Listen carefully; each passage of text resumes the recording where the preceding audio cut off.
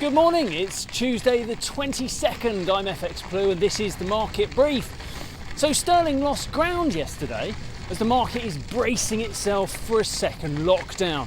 Of course, the report HSBC has been complicit in money laundering once again doesn't help London's reputation, and a lower risk appetite will have had an effect on the pound, but COVID is definitely the main event.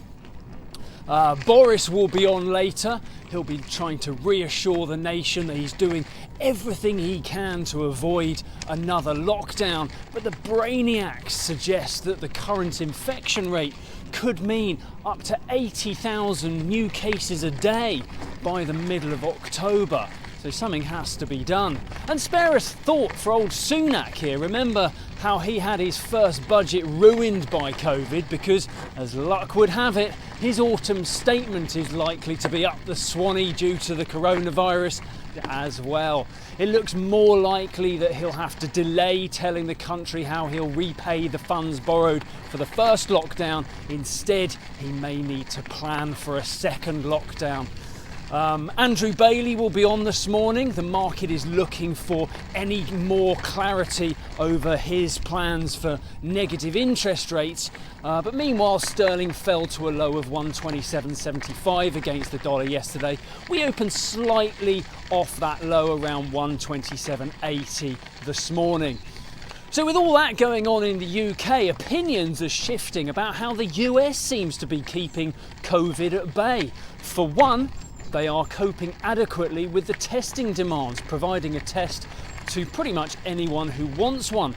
Total cases do continue to rise, but there may actually be some truth to Trump's assertion that this is due to the increased testing.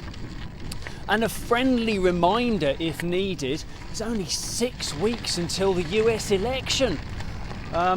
There's not been much coverage so far as the mass rallies have been restricted, but limiting Trump from whipping up the crowds with his hollow rhetoric may actually benefit Biden if it forces everyone to focus on actual policy. But we'll see how that plays out over the next 6 weeks.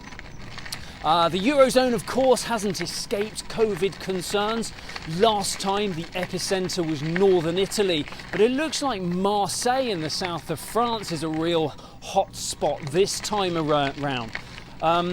In Spain, Madrid has already got lockdown back in force, and there of course are concerns that they may need to roll that out nationally. Euro dollar reflected a little dollar strength yesterday, and we fell down to around 117.30 there. Right, that's it from me. Have a wonderful Tuesday. Join me again tomorrow.